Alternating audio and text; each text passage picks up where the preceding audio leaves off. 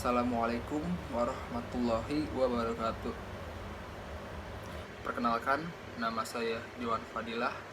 Saya dari program studi Manajemen Bisnis, Fakultas Ekonomi Bisnis dengan NIM 431200100407. Di sini saya akan mempresentasikan hasil tugas saya, yaitu tugas besar 2 yang diampu oleh Ibu dosen Elvira Junisa MP.PD, mata kuliah Bahasa Indonesia. Di sini saya akan mempresentasikan yang bertema surat dinas. Mari kita beranjak ke slide selanjutnya. A. Latar belakang. Surat merupakan alat komunikasi yang sangat penting sejak dulu sampai saat ini. Sedangkan menulis merupakan kegiatan yang produktif dan ekspresif. Meskipun teknologi komunikasi berkembang pesat, peranan surat belum dapat digantikan. Hal ini terjadi karena surat memiliki kelebihan yang tidak dimiliki oleh media komunikasi lainnya. Surat memiliki peranan penting sebagai sarana penghubung antara dua belah pihak atau lebih dalam satu kelompok organisasi, baik pemerintah maupun swasta.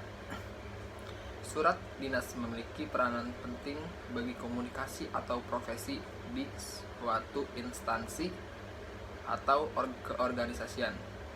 Hal ini sesuai dengan pendapat Sudarsa dan kawan-kawan tahun 1992 menyatakan bahwa surat resmi adalah segala komunikasi tertulis yang menyangkut kepentingan tugas atau kegiatan instansi atau keorganisasian. Slide selanjutnya, B. Pembahasan. Pengertian surat dinas.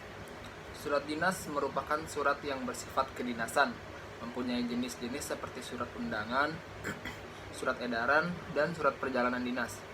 Selain itu, surat dinas juga dapat diartikan sebagai surat yang dikeluarkan oleh pejabat atau yang mewakili suatu badan atau lembaga, baik pemerintah ataupun swasta. Dalam surat dinas terdapat tata cara atau aturan sendiri. Yang dimaksud dengan tata surat dinas adalah pengaturan ketatalaksanaan penyelenggaraan surat menyurat dinas yang dilaksanakan oleh instansi atau organisasi tertentu. Selanjutnya, fungsi surat dinas. Secara umum, fungsi surat dinas adalah sebagaimana tercermin dalam rumusan pengertiannya, yaitu sebagai alat komunikasi tertulis untuk menyampaikan pesan atau informasi. Dalam surat dinas terdapat tata cara atau aturan tersendiri. Yang dimaksud dengan tata surat dinas adalah pengaturan ketatalaksanaan penyelenggaraan surat menyurat dinas yang dilakukan oleh instansi atau organisasi tertentu. Secara khusus, fungsi surat dapat disebut sebagai berikut. Pertama, surat dinas sebagai duta atau wakil penulis untuk lawan bicaranya. Kedua, surat dinas sebagai alat pengingat. Ketiga, surat dinas sebagai pedoman kerja seperti keputusan atau instruksi. Keempat, surat dinas sebagai bukti tertulis hitam di atas putih, terutama surat perjanjian. Kelima, surat dinas sebagai alat bukti tentang yang dikomunikasikan. Selanjutnya ada syarat penulisan surat dinas. Yang pertama, format penulisan harus teratur sesuai dengan format surat dinas. Yang kedua, isinya harus langsung pada inti yang akan disampaikan atau dengan kata lain tidak terlalu panjang. Yang ketiga, bahasa yang digunakan yaitu bahasa resmi, sopan, dan mudah dimengerti oleh penerima surat. Yang keempat, harus menggambarkan citra dari lembaga atau instansi yang membuat surat. Adapun jenis-jenis surat dinas sebagai berikut. Yang pertama, surat pemberitahuan. Kedua, ada surat kuasa. Ketiga, surat undangan. Keempat, surat memo atau nota dinas. Kelima, surat keterangan. Keenam, surat pengantar. Ketujuh, surat edaran. Kedelapan, surat instruksi. 9, surat tugas.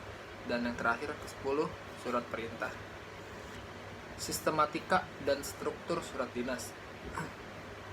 Adapun di gambar sebelah yaitu contoh susunan dan struktur surat dinas yang terisi dari 1 kepala surat, 2 tanggal surat, 3 nomor, 4 lampiran, 5 perihal, 6 alamat, 7 salam pembuka, 8 isi surat, 9 salam penutup, 10 nama, 11 tembusan, 12 inisial.